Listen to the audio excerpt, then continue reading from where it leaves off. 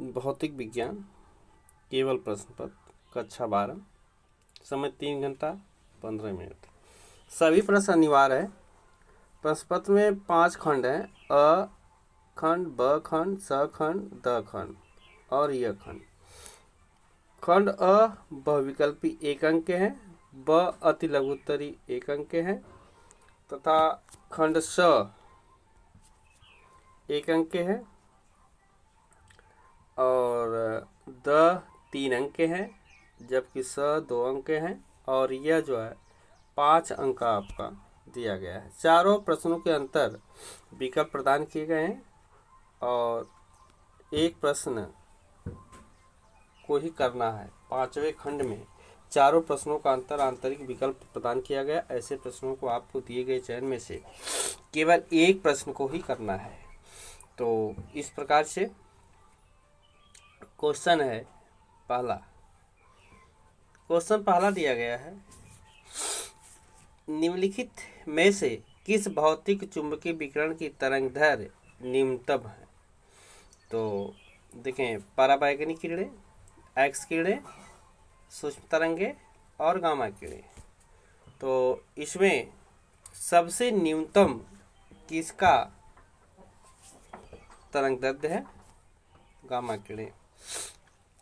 एक गतिमान कण का संवेग p है और तरंगदैर्घ्य क्या होगी? दोनों प्रश्न एक ही से आया है। इसका फर्स्ट होगा h/p फोटन। किरचॉफ का प्रथम नियम किस संरक्षण पर आधारित है? कि किरचॉफ का प्रथम नियम किस संरक्षण पर आधारित है? आवेश संरक्षण पर किरचॉफ का नियम आधारित है। इनके बाद आता है पीएन संधि डायोड में उत्पन्न संतृप्त धारा का कारण है केवल अल्पसंख्यक आवेश है, बहुसंख्यक आवेश है, ग्राही आयन है और दाता आयरन है। तो इसमें से क्वेश्चन आपका ग्राही आयन होता है। पी टाइप और एन टाइप में क्रमशः बहुसंख्यक वाहक कौन से आते हैं? तो इसमें जो है आपका इलेक्ट्रॉन धन आयनन आता है। मीटर सेतु की तार निम्न से किस धातु की बनी होती है? तो मीटर सेतु की तार जो है कॉपर की बनी होती है। बामर श्रेणी की न्यूनतम तरंगदैर्घ्य क्या है? तो बामर श्रेणी की न्यूनतम तरंगदैर्घ्य आप विभिन्न चरणों से विभिन्न स्टेपों में प्रमाणित की गई है, जिसमें लाइमर और बामर। चूंकि इस प्रश्न में जब हम बामर की श्रेणी पढ़ते हैं तो इस बामर में न्यूनतम तरंगदैर्घ्य बामर वैज्ञानिक 1885 में खोज किया था, जिसमें ऊंचे स्तर से दूसरे स्तर में संक्रमण होते हैं। इनकी किरणें जो है दिशा की तरह चलती है और यह बामर का एक्स्ट्राम तरंगदैर्घ्य, इनकी तरंगदैर्घ्य की गति 6563 एंगस्ट्रॉम होती है, अर्थात 6563 एंगस्ट्रॉम गिनी जाती है। इनकी तरंगदैर्घ्य इतनी मानी जाती है। अगला है क्वेश्चन, समस्थानिक का अर्थ उदाहरण देकर समझाइए। समस्थानिक, समभारी और समस्थानिक दो होते हैं। समभारी जो समान और समस्थानिक भिन्न भिन्न। तो समस्थानिक का अर्थ उदाहरण देकर समझाइए। जैसे समस्थानिक किसे कहते हैं? जब एक तत्व दूसरे तत्व से संयुक्त किया जाता है उसमें परमाणु क्रमांक समान होते हैं, जबकि समभारी में परमाणु क्रमांक समान होते हैं, समस्थानिक में परमाणु क्रमांक भिन्न भिन्न होते हैं, उसे समस्थानिक कहते हैं। जैसे H1 प्लस O2, तो इनके परमाणु क्रमांक 1 और इनके परमाणु क्रमांक 2 भिन्न भिन्न हुए, इसलिए यह समस्थानिक का एग्जाम्पल है। अगला रेडियो एक्टिव तत्व को विभेदन क्षमता के बढ़ते क्रम में लिखिए। रेडियो एक्टिव, तो रेडियो एक्टिव तत्व में विभिन्न प्रकार के रेडियो एक्टिव पदार्थ हैं जिनका नाम अलग अलग है। और अर्धरेक्टिव एक्स कीड़े इसमें भी आती है, रेडियो एक्टिवता में ही आता है। रेडियो एक्टिव के तत्व में देखा गया अल्फा कीड़े होती हैं, बीटा कीड़े होती हैं और गामा कीड़े होती हैं। तीनों की क्रमांक बढ़ते क्रम में, विभेदन क्षमता बढ़ते क्रम में लिखना है। तो चूंकि विभेदन क्षमता इनकी 3 पॉइंट सबसे ज़्यादा जो है आपका 3 गुणे एक्स गामा कीड़े में वाई में 3 गुणे 10⁸ होता है और बीटा में -16 1.6 गुणे 10⁻−19 होता है और इनका जो है 3.2 इंटू 10⁻9 होता है। इनकी रेडियो एक्टिवता अल्फा बीटा गामा तीनों को जो है यही मानी जाती है और यही इसकी विभेदन क्षमता है जो क्रम में जो है लिखा जाता है। संधारित्र की धारिता कैसे बढ़ाया जाता है? जब किसी परिपथ में धारा प्रवाहित किया जाता है तो भिन्न भिन्न प्रतिरोध, भिन्न भिन्न संधारित्र जब एक साथ संयुक्त होती हैं तो उनकी विभेदन क्षमताएं जो है उनकी संधारित्र जो है बढ़ जाती है। जैसे सरल परिपथ, अन्य परिपथ एक साथ संयुक्त होते हैं तो उनकी विद्युत धारा बढ़ जाती है। एनडीए, एंड का लॉजिक प्रतीक लिखिए।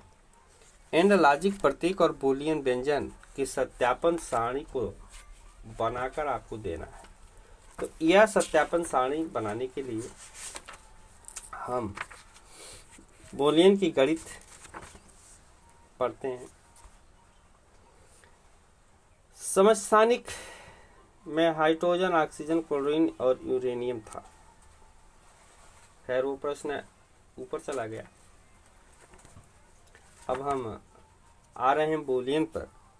तो बूलियन की सारणी में देखा गया, टेबल इसका बनाया गया, 3 टेबल बनाया गया जिसमें ए, बी और वाई, लॉजिक प्रतीक और बूलियन। तो इस टेबल से इनका निर्गम सत्य होता है। प्रतीक ए एंड डी है, इसका चित्र है ए बी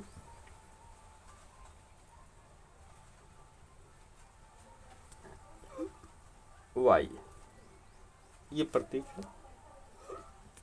और इस प्रतीक के माध्यम से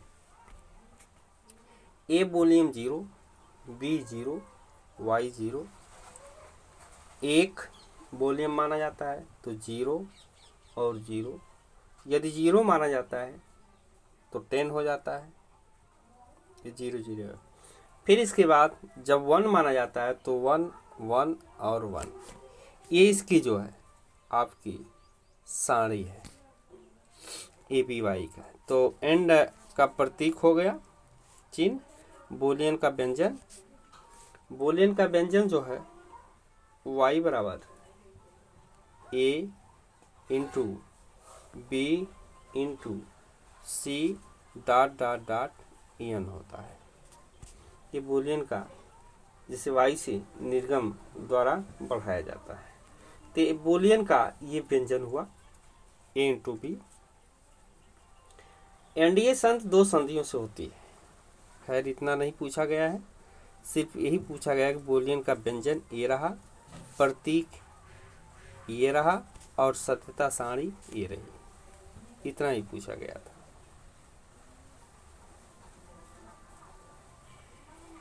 अगला आता है क्वेश्चन, चुंबकीय विद्युत फ्लक्स की परिभाषा लिखिए।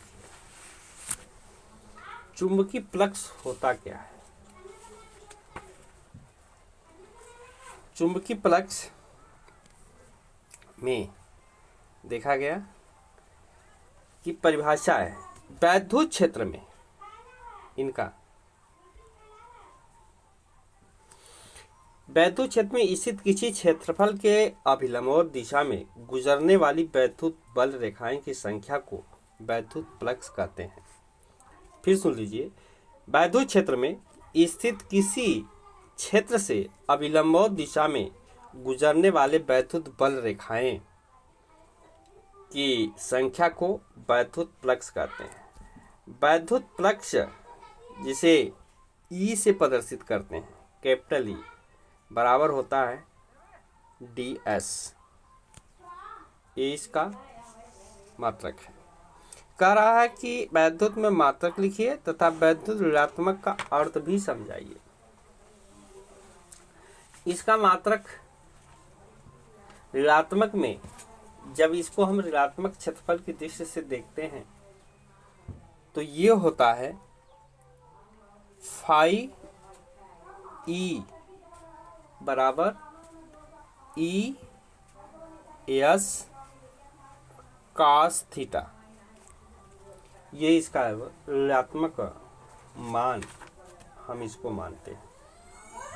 तो इस तरह से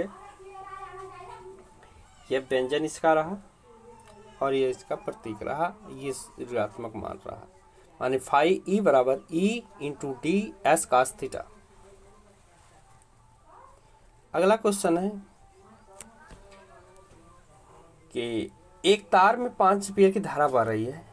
तार के अनुप्रस्थ काट प्रति मिनट कितने इलेक्ट्रॉन गुजर रहे हैं? तो 5 इंटू इलेक्ट्रॉन का मान 1.3 गुणे 10⁻19 के मापांक से जब हम गुणा करेंगे तो जो मान आएगा वह जो है इसका मान निकलेगा। हाइड्रोजन स्पेक्ट्रम में बामर श्रेणी की द्वितीय तरंग दैर्ध्य रिवर्ट नियतांक आर के पद में ज्ञात कीजिए। तो अभी हमने बामर के विषय में भी बताया पीछे क्वेश्चन में, और वही क्वेश्चन फिर आपके सामने बामर का आ गया। तो हाइड्रोजन स्पेक्ट्रम में बामर की किरणें प्रदर्शित होती हैं और इस वैद्युत क्षेत्र में हम बामर की क्रियाओं का विस्तारित करेंगे। तो आइए देखते हैं स्पेक्ट्रम में अवशोषण। हाइड्रोजन स्पेक्ट्रम, देखिए स्पेक्ट्रम अवशोषण परमाणु ऊर्जा स्तर में विभिन्न ऊर्जा स्तरों से अब द्वितीय रेखा के तरंग दैर्ध्य द्विवर्ग। तो इसमें बोहर ने लिख सकते हैं, इसके बोहर वैज्ञानिक ने मॉडल स्पेक्ट्रम में ऊर्जा स्तर को निम्न सूत्रों द्वारा व्यक्त किया, जिसमें पहला दिया En बराबर माइनस कोष्ठ में capital R H C power n square, जहाँ पर एन बराबर 1, 2 और 3 से प्रदर्शित किया जाता है। तो इस तरह से आर के मान को प्रदर्शित करने के लिए 1/λ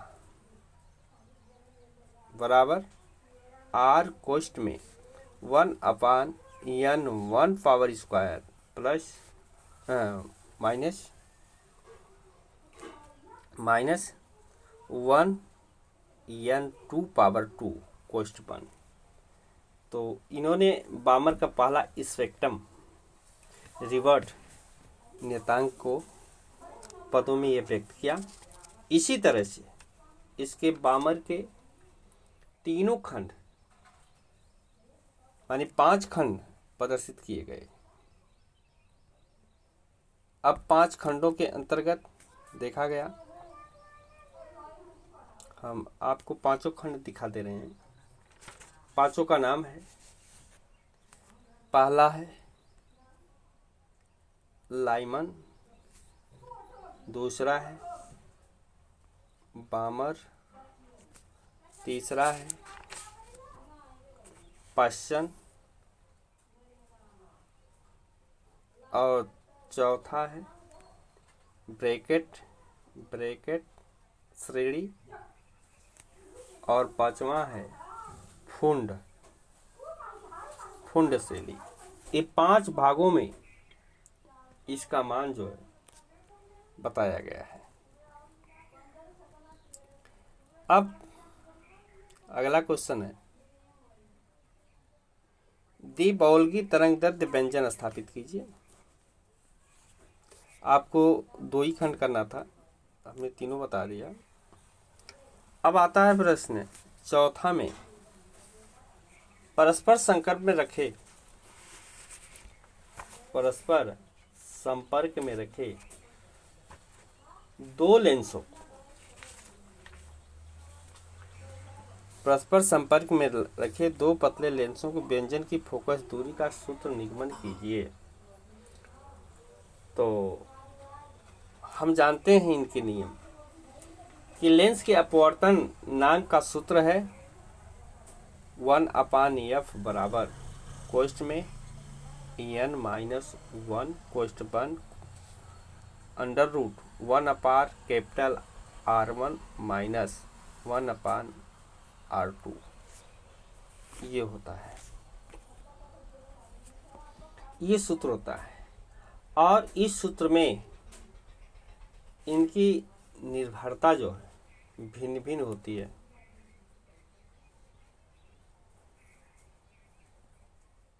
तो 2 पतले लेंसों की फोकस दूरी का सूत्र को निगमन कीजिए। तो इनके निगमन करने के लिए हम विस्तार करेंगे। इसमें 2 तथ्य आते हैं, अपवर्तनांक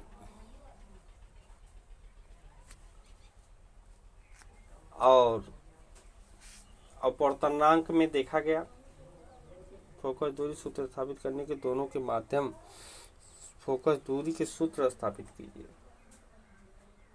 फोकस लेंसों की बात एक ही है। तो पतले का लेंस सूत्र हम संपूर्ण सूत्र लिख दे रहे हैं, क्योंकि इस पर जो है शॉर्ट में हो नहीं पाएगा।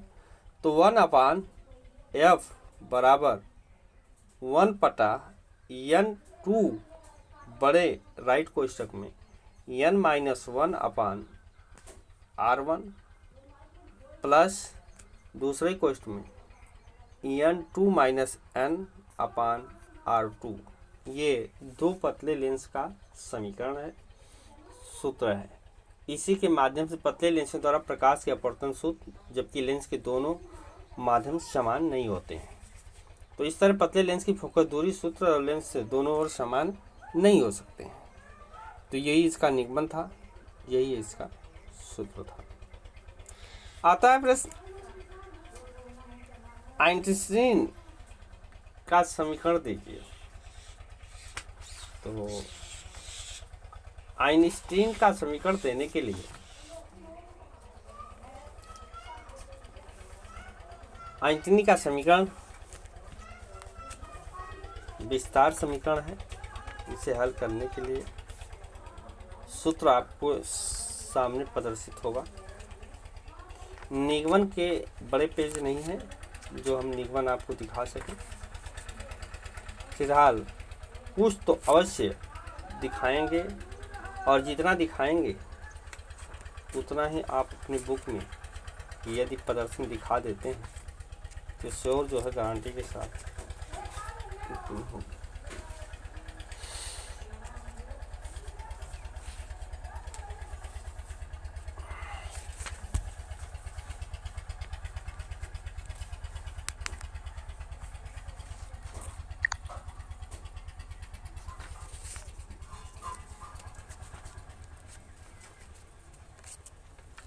आइंस्टीन का समीकरण जो है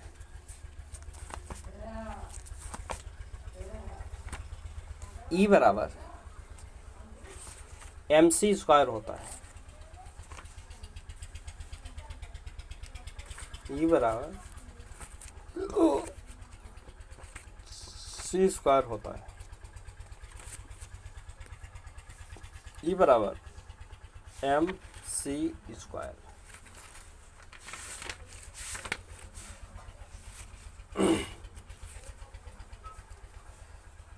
आइंस्टीन का समीकरण का निगमन आपको दिखाना है और यही से है आपका ये सूत्र है आइंस्टीन का E बराबर mc स्क्वायर। से हम विस्तारित अध्ययन करते हैं।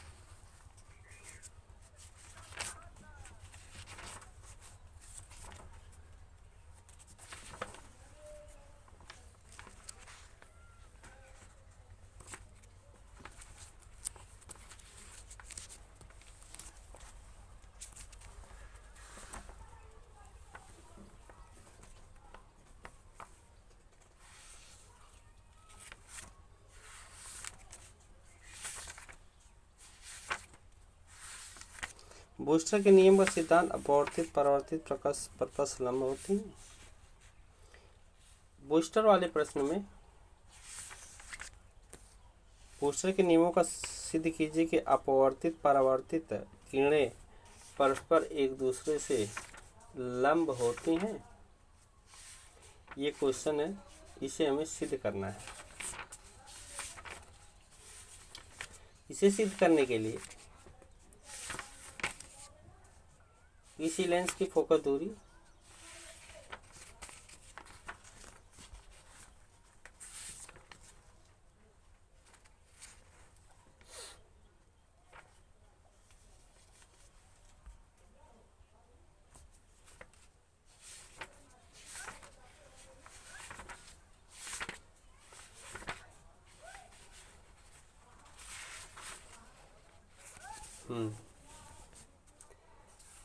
तो आइंस्टीन का समीकरण निगमन करना था।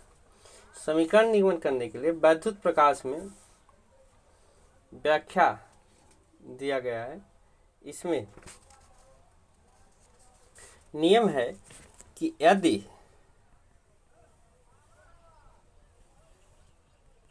आइंस्टीन का नियम है पहला खंड, यदि आपतित प्रकाश की आवृत्ति एक न्यूनतम मान से कम हो तो प्रकाश इलेक्ट्रॉन उत्सर्जित नहीं करता है।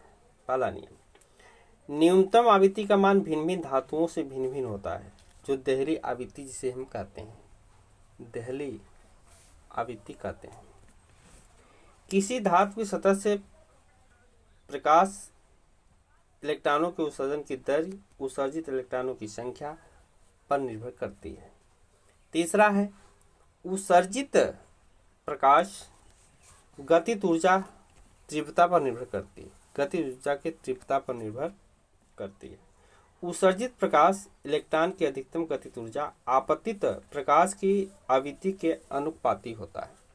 ये देखें, ये बूस्टर के नियम और आइंस्टीन के नियम, ये दोनों एक ही नियम पर सत्यापित है। प्रकाश के सतह पर इलेक्ट्रॉन उत्सर्जित होता है तथा प्रकाश सतह पर पड़ने पर इलेक्ट्रॉन अपने पश्चात नहीं होता है। तो इस तरह से आइंस्टीन का नियम का सत्यापन नियमावली है। समीकरण का बात रही, किसी भी समीकरण को हल करने के लिए इसमें इलेक्ट्रॉन प्रोटॉन की Hv बराबर W कार्यफलक और तथा E के ये सूत्र है, जिसमें E के बराबर Hv माइनस W समीकरण है। और यह आइंस्टीन समीकरण प्रकाश वैद्युतीय समीकरण को हल करने के लिए इसमें अधिगम W E बराबर H बराबर फिर W बराबर, जब W बराबर हम करते हैं तो Hv 0 होता है। समीकरण संख्या ये 2 है और समीकरण संख्या 1 है। और इन दोनों समीकरणों को समीकरण संख्या 3 हम लिखते हैं 1/2 mv mx स्क्वायर बराबर h कोष्ठ में v माइनस v0। ये समीकरण संख्या 3 सत्यापित करता है। इस तरह से यह आइंस्टीन का समीकरण सूत्र का निगमन तीनों सूत्रों से होता है, जिसमें मैक्सिमम आवृत्ति जब देखी जाती है 0.1, मैक्सिमम प्रकाश की देहली आवृत्ति देखी जाती है तो 1/2 mv स्क्वायर mx। जब फोटॉन की गति देखी जाती है तो E होता है, E में hv। और जब तीसरा समीकरण में देखा जाता है तो इसकी उत्सर्जित प्रोटॉन की मात्रा टाइम लेग में बढ़ता है। तो इस तरह से ये बूस्टर का नियम और आइंस्टीन का समीकरण एक ही पर आधारित है। बूस्टर का नियम अपवर्तित और परावर्तित किरणें परस्पर से लंब होती हैं। देखें, जब कोई प्रकाश गुजारा जाता है तो ये परस्पर परावर्तित होती हैं, तुरंत रिटर्न होती हैं और उसी दिशा में उतने ही लंब के विपरीत उतने अंश का कोण बना के उतनी ही दिशा में गतिशील होती है। तो बूस्टर के नियम में अपवर्तित परावर्तित किरण परस्पर लंब होती हैं, ये सदैव एक ही दूसरी दिशा में लंब होती हैं। इस तरह से एम्पियर पॉलीथीन धारावाही तार के चुंबकीय एम्पियर पॉलीथीन नियम लिखिए। चौथा, इसकी सहायता से अनंत लंबाई के सीधे धारावाही प्रणालिका तार में चुंबकीय क्षेत्र का सूत्र लिखिए। अब देखें, एम्पियर धारावाही प्रणालिका चुंबकीय क्षेत्र जब परमाणु में मॉडल में देखा जाता है, चुंबकीय क्षेत्र में द्विध्रुव समरूप होता है और जब ये चुंबकीय क्षेत्र एक दूसरे के रेंज में आते हैं तो यह विभिन्न मॉडल के आधार पर परिवर्तित होते हैं। जिसे हम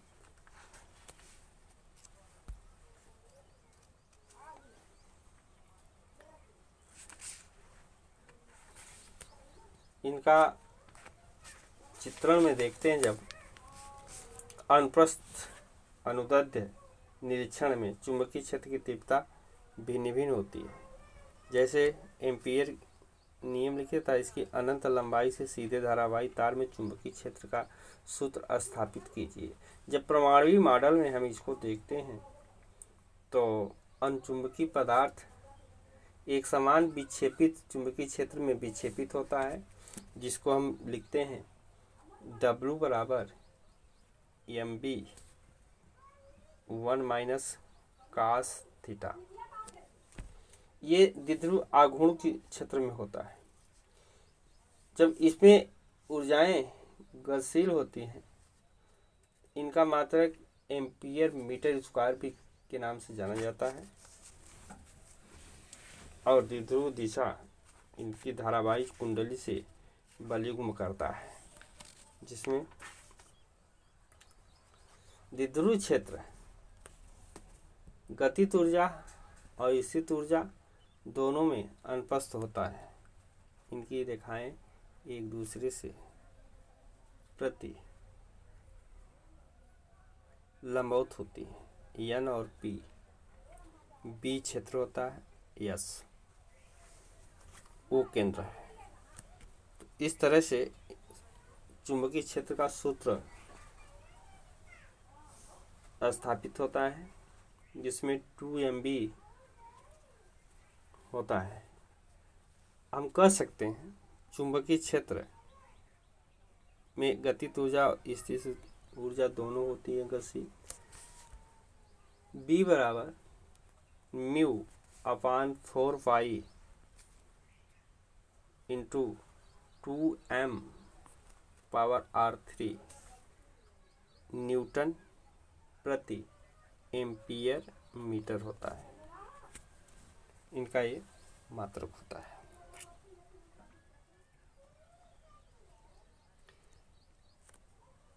अगला क्वेश्चन है, कुंडली त्वप्रेरण 40 मिलियन है, वैद्युत धारा 5 एम्पीयर है और सेकेंड इतना एम्पीयर है। कुंडली में प्रेरित विद्युत वाहक बल निकालना है। तो ये कुंडली में प्रेरित विद्युत वाहक बल ये आप निकालिएगा। इसके बाद आता है पांचवा, एक पतले लेंस के फोकस दूरी 20 सेंटीमीटर है, अपवर्तनांक इतना है, इसका उसकी वक्रता त्रिज्या ज्ञात कीजिए। ये भी फोकस दूरी के सूत्र पर है। छोटी दूरबीन परिधि 144 सेमी, नेत्रिका की फोकस दूरी 6 सेमी, दूरबीन की आवर्धन क्षमता कितनी है और नेत्रिका के बीच पृथक दूरी क्या, ये भी निकालिए। एलईडी क्या है, परिपथ बनाकर अभिलक्षण को प्रदर्शित कीजिए। एलईडी आप जानते हैं, जिसे हम पिक्चर ट्यूब के नाम से जानते हैं। और उस एलईडी में तापी डायोड विद्युत धारा प्रवाहित किया जाता है और डायोड में बल्ब और लेजर किरणें दोनों गतिशील होती हैं, जिसमें डायोड देखें, ट्रांजिस्टर और पीएनपी एक दूसरे से आगे निकलती हुई दिखाई देती है।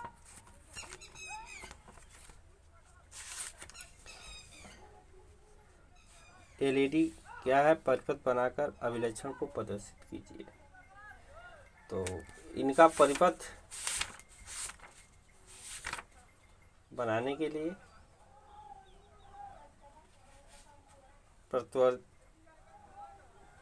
प्रतिवर्ती धारा गतिशील होती है।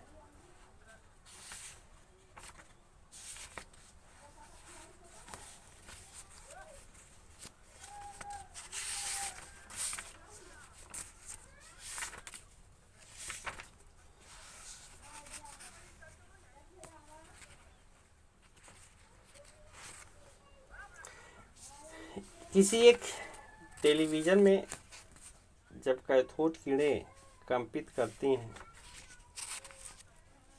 तो ये किरणें की निम्नलिखित विशेषताएं होती हैं। कैथोड किरणें 9.1 इंटू 10⁻³ से विसर्जित होती हैं, जो टॉनसन की विधि के अनुसार होता है। इनका अभिलक्षण जो है प्लस प्लस प्लस प्लस और ये रेखाएं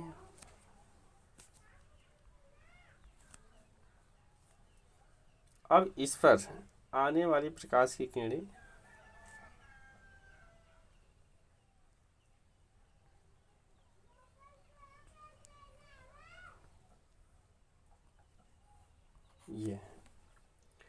जब v आवेग से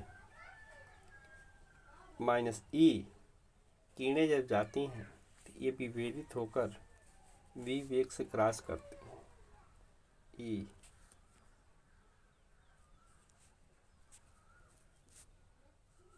इस तरह से। तो इलेक्ट्रॉन में x किरणें y बराबर ये अभिलंबवत प्रदर्शित होती हैं तथा वैद्युत क्षेत्र में अभिलंबवत प्रवेश करने वाले आवेशित कण इलेक्ट्रॉन का गमन पथ इस तरह से दिखाया जाता है। और यही जो है एलईडी है, जिसमें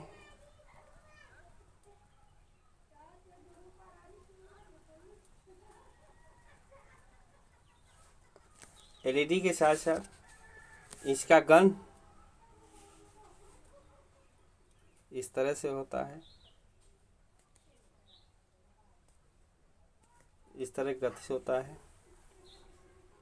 ये पिक्चर ट्यूब में ये लगा होता है इस तरह से, और ये विभेदन क्षमताएं जो है आगे की तरफ गतिशील होती है, नुकीलापन। इस तरह पिक्चर ट्यूब बनाया जाता है जो कैथोड की किरणें मानी जाती है।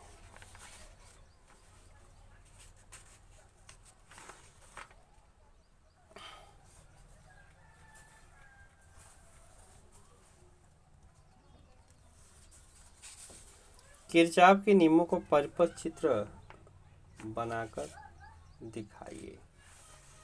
तो किरचॉफ का अगला क्वेश्चन है, किरचॉफ का नियम निम्न विधियों से पालन करता है। इसमें परवलयाकार धारा होते हैं।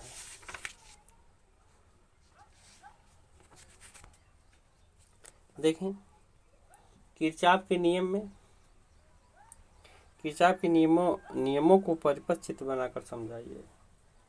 तो किरचॉफ के नियम दो प्रकार के हैं। फर्स्ट नियम में जब कोई प्रकाश गुजारा जाता है, कोई विद्युत धारा जब किसी वैद्युत परिपथ की किसी भी संधि पर मिलने वाली धाराओं को बीजगणितीय योग शून्य होता है। जैसे 0 है, यहाँ पर 1, यहाँ पर 3, यहाँ पर 4 और यहाँ पर 5। अब इसमें से जब विद्युत धारा यहाँ से गतिशील होती है चारों दिशाओं से और यहाँ निकलती हुई दिखाई देती है,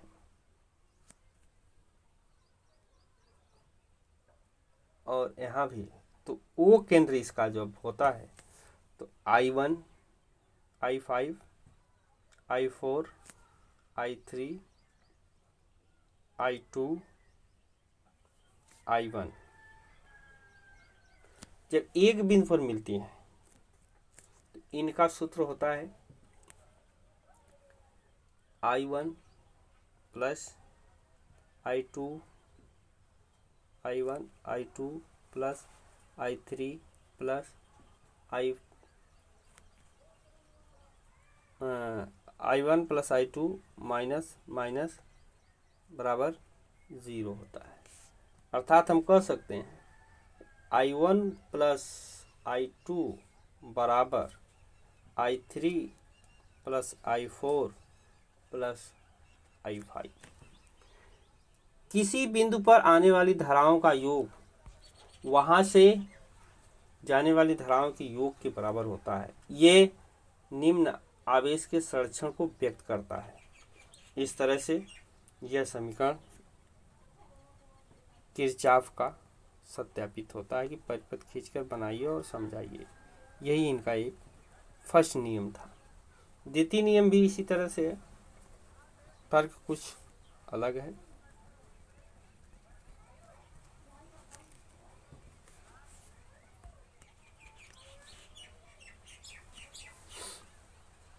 किरचॉफ के बाद आता है अथवा वाले क्वेश्चन। अथवा में एक समतलित विद्युत चुंबकीय तरंगे हैं और इस विद्युतीय चुंबकीय तरंगे में टेस्ला दिया गया है। इनका तरद्दुत मान ज्ञात कीजिए। दोलित विद्युत क्षेत्र का व्यंजक लिखिए।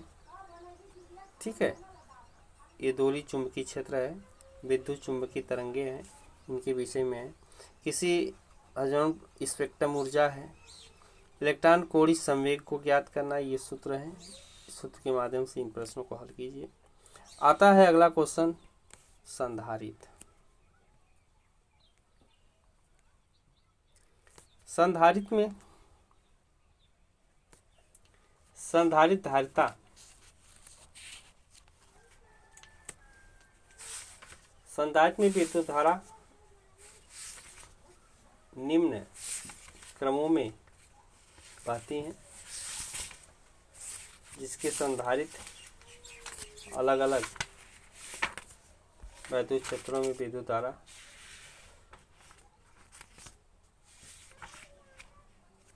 प्रभावित होती है। संधारित्र की परिभाषा पहला है संधारित्र क्या है, संधारित्र किसे कहते हैं, इसका उपयोग क्या है। तो आइए संधारित्र धारिता की परिभाषा लिखे। समांतर प्लेट पर संधारित्र व्यंजन को स्थापित करिए। धारिता कैसे बढ़ाई जाती है। संधारित्र एक ऐसा संयोजन है जिसमें किसी चालक के आकार में परिवर्तन किए बिना उसकी धारिता बढ़ाकर उस पर आवेश का पर्याप्त संचित किया जाता है, वो संधारित्र कहलाता है। फिर से सुन लीजिए संधारित्र एक ऐसा संयोजन है जिसमें किसी चालक के आकार में परिवर्तन किए बिना उसकी धारिता बढ़ाकर उस पर आवेश की पर्याप्त मात्रा संचित की जाती है, संधारित्र कहलाती है। समांतर प्लेट पर आधारित व्यंजन को स्थापित कीजिए। और ये धारा कैसे बढ़ाई जाती है। तो समांतर प्लेट आप देख लीजिए, इनके व्यंजक। समांतर प्लेट में निगमन सूत्र का जैसे फिगर है आपका,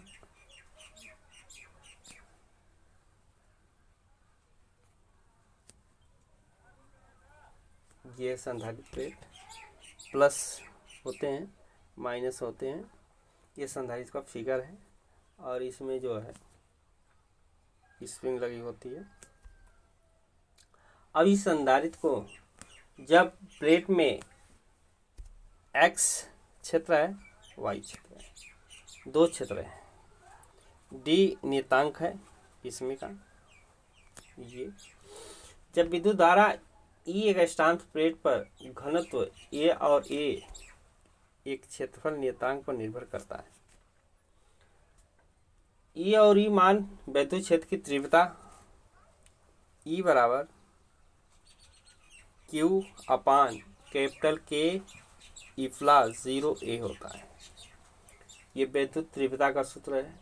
इनके बीच की दूरी D मानी गई है, यहाँ दिया गया है। तथा प्लेटों में विद्युत E बराबर V अपान D है, जिसको हम V बराबर कह सकते हैं ED, E और D, ED। अब इन फैराडे के नियम से संधारित्र को बदलने के लिए इन दोनों को व्यंजनों को जब विस्थापित करते हैं समीकरण 1 से, तो V बराबर QD अपान, देखिए ये D है, ये Q है, कैपिटल K इफ्ला 0A, और धारिता का सूत्र होता है C बराबर Q अपान V, अर्थात Q upon QD K इफ्ला A, जिसमें फैराडे के नियम से कहा जाता है संबंध C बराबर KC0, जहाँ K का मान 1 होता है, तो प्रश्न में दिया गया है कैसे बढ़ाई जाती है। प्लेटों के बीच निर्वात में स्थान पर परावैद्युत माध्यम होने पर संधारित्र की धारिता दोगुना हो जाती है। इसी आधार से ये बढ़ाई जाती है, जिसे धारिता का मान बढ़ने लगता है। अगला क्वेश्चन है, रेखीय आवेश घनत्व से क्या तात्पर्य है? गॉस का नियम भी आप दीजिए। तो रेखीय घनत्व दूसरा क्वेश्चन है। परिभाषा है, रेखीय घनत्व से तात्पर्य किसी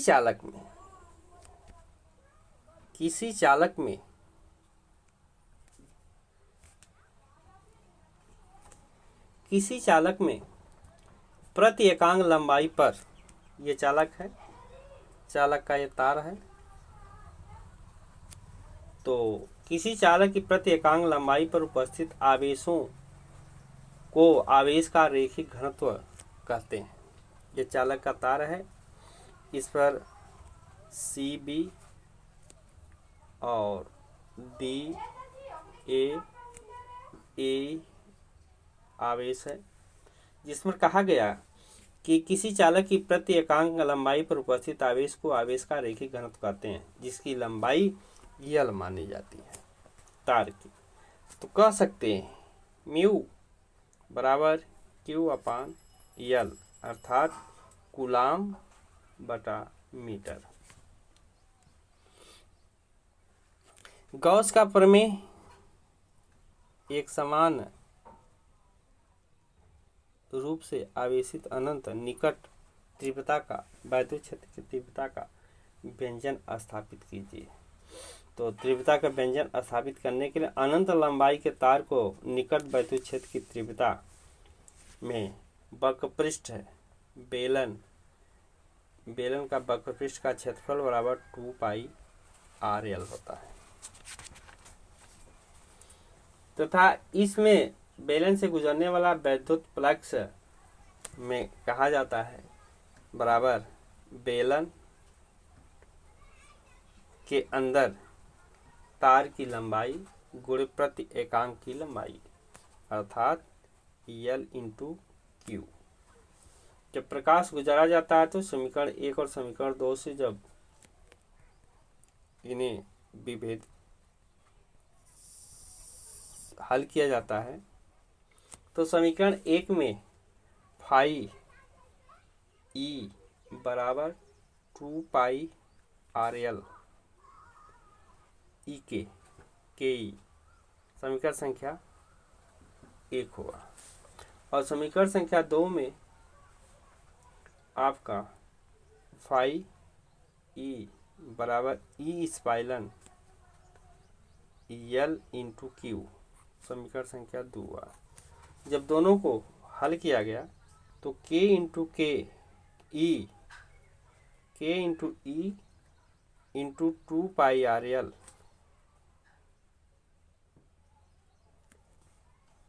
बराबर होता है, E बराबर होता है E 1/2 स्पाइलन 0 K कोष्ठ में QR, ये जो है होता है चुंबकीय फ्लक्स अदिश राशि है। इस तरह से यह क्वेश्चन रेखीय आवेश का घनत्व का हल होता है।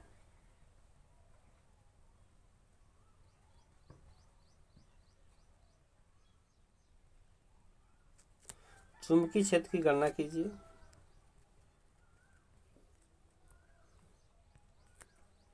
दो समांतर धारावाही चालकों के बीच कार्य करने का वैद्युत समांतर धारावाही है। जब दो समान आवेश के समान पृष्ठ घनत्व बल कार्य करते हैं तो दो समांतर धारावाही इनके सूत्र निगमन कीजिए।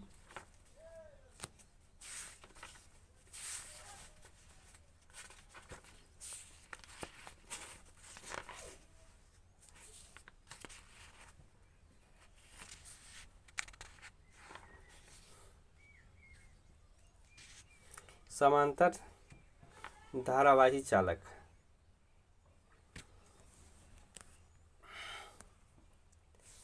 LCR योजना का श्रेणी अनुवाद परिपथ आवृत्तीय तरंग दैर्घ्य बताइए। चलिए 2 क्वेश्चन और है। 2 समांतरवाली धारावी चालकों के बीच कार्य करने वाले बल का सूत्र प्राप्त कीजिए। इसको निगमन कीजिए, तो ये आप निगमन कर लीजिएगा, जिसमें हम 2 समांतर प्लेटों के संधारित्र 2 समांतर धारावाही के सूत्र, समान आवेश की तीव्रता का सूत्र, रेखीय आवेश आदि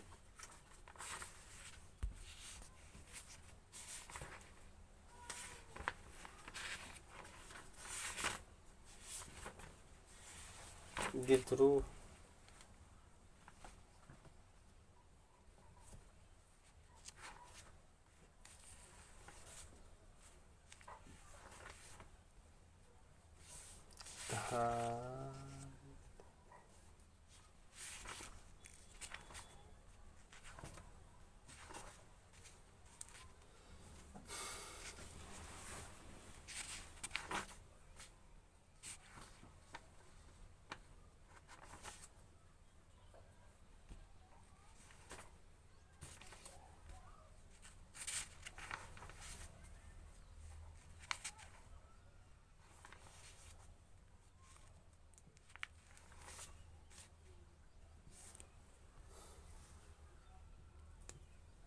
LCR योजना का अनुवाद।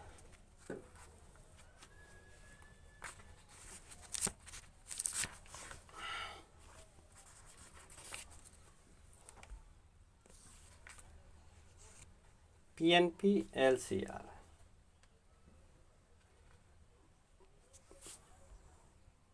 ट्रांजिस्टर संधि, देखें PNP का हम अध्ययन दे रहे हैं, LCR का भी दे रहे हैं। क्वेश्चन संख्या 9। क्वेश्चन संख्या 9 में ये ट्रांजिस्टर है और इस ट्रांजिस्टर का फिगर होता है EC गोला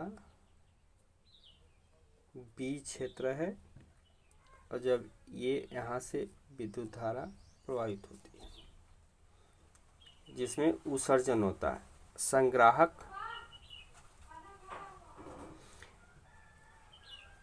पी टाइप ट्रांजिस्टर में पतले दो एन टाइपर अर्धचालक छोटे छोटे क्रिस्टलों के बीच दबकर रखी जाती है तथा यह ट्रांजिस्टर एक दूसरे से विद्युत धारा उत्पन्न होते हैं, जिसमें भिन्न भिन्न उत्सर्जन होता है। और ये क्षेत्र में उभयनिष्ठ आधार, ट्रांजिस्टर का उभयनिष्ठ आधार परिपथ प्रदर्शित होता है, जिसके दोनों क्षेत्र में चलनशील होते हैं। और ये PNP ट्रांजिस्टर प्रवर्धक में ये फिगर जो है इसी रूप में बनाया गया है। 0 इस तरह से ये फिगर है। लाभ इसे का संग्राहक में PNP उत्सर्जन धारा में परिवर्तित अनुपात ट्रांजिस्टर द्वारा धारा को लाभ कहलाता है। वोल्टेज में निर्गत निवेश वोल्टेज की मात्रा A square alpha square into कोश में R2 बटा R1 से प्रदर्शन किया जाता है। तो इस तरह से यह PNP ट्रांजिस्टर प्रवर्धन की भांति कार्य करता है। ये तुलना है PNP ट्रांजिस्टर की तुलना में PNP ट्रांजिस्टर और NP ट्रांजिस्टर दोनों की तुलना बताइए। तो ये दोनों जो है निवेशी सिग्नल विपरीत क्रियाओं में कलाबद्ध काम करते हैं और दोनों की उभयनिष्ठ प्रवर्धन की क्षमता समान ही होती है। ये परिपथ ट्रांजिस्टर डायोड की तुलना में ट्रांजिस्टर किन कारणों से अच्छा माना जाता है, इनके 2 लाभ लिखिए। तो बल्ब की अपेक्षा ट्रांजिस्टर काफ़ी कम वोल्ट पर ही कार्य करता है। क्षय शक्ति कम होती है, जबकि ट्रांजिस्टर डायोड बल्ब की अपेक्षा मजबूत और सस्ते आकार में होते हैं। इस तरह से यह अधिक उपयोगी होते हैं। बल्ब युक्त स्विच खोलने से कुछ समय पश्चात क्रियाशील हो जाते हैं, जबकि डायोड बल्ब आयु कैथोड का आयु पर निर्भर करती है, जो उपयोगी करते समय कम उपयोगी होती है। चूँकि ट्रांजिस्टर ठोस क्रिस्टल होते हैं, इनमें आंतरिक आघात को सहने की क्षमता होती है। तो ये डोपिंग जो अर्धचालक में पंचसंयोजी और त्रिसंयोजी अपरत्र में मिलाने की क्रिया से डोपिंग कहते हैं। जैसे में अर्धचालक में देखा गया सिलिकॉन है, जर्मेनियम है, कार्बन है आदि ऐसे पदार्थ होते हैं। ताप बढ़ाने पर प्रतिरोधकता अपवर्तित रहती है, कम हो जाता है। तो इस तरह से ये टीएनजी पीएनजी की बात याद आती है।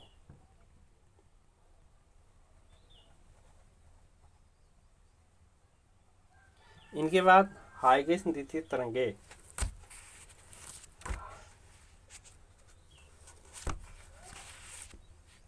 हाइगेस द्वितीय तरंगे के विषय में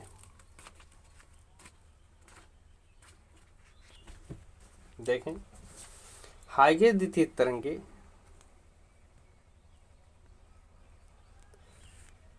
के सिद्धांत की विवेचना कीजिए। हाइगेस द्वितीय तरंगे की विवेचना कीजिए।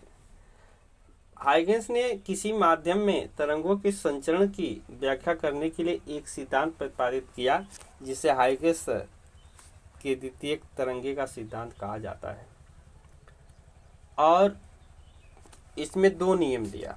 नंबर 1, जब किसी माध्यम में स्थित तरंगे स्रोत से तरंगे निकलती हैं तो स्रोत के चारों ओर स्थित माध्यम के कण कंपन करने लगते हैं, और माध्यम में वह पृष्ठ जिसमें सभी कण संपन्न समान कल तरंगार्घ कहलाते हैं। जबकि दूसरा नियम इसी का था कि तरंग पर स्थित प्रत्येक माध्यम का कण एक नए तरंग स्रोत का कार्य करता है, जिसे द्वितीय तरंगे कहते हैं। और तीसरा नियम था, यदि तरंगे किसी क्षण द्वितीय के तरंगों का अवलोकन करे व स्पर्श करे तो यह पृष्ठ खींचे को नई दिशा स्थिति को प्रदर्शित करती हैं। इस तरह से हाइगेस का ये तरंगे विवेचना, हाइगेस तरंगे में प्रकाश परिवर्तन के नियम को हम दिखा देते हैं। तो ये परिकल्पनाएं इसकी विवेचना तो यही रही हैं।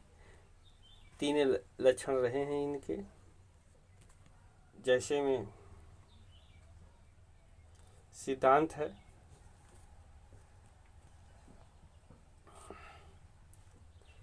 नेस्ट है, और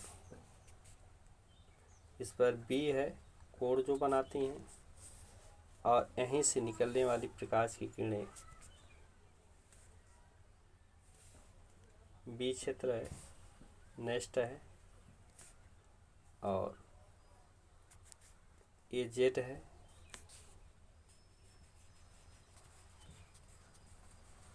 ये तरंगे। आई है, आई विद्युत धाराएं हैं, जेड है, ए गैस्ट्राम है, A1 है,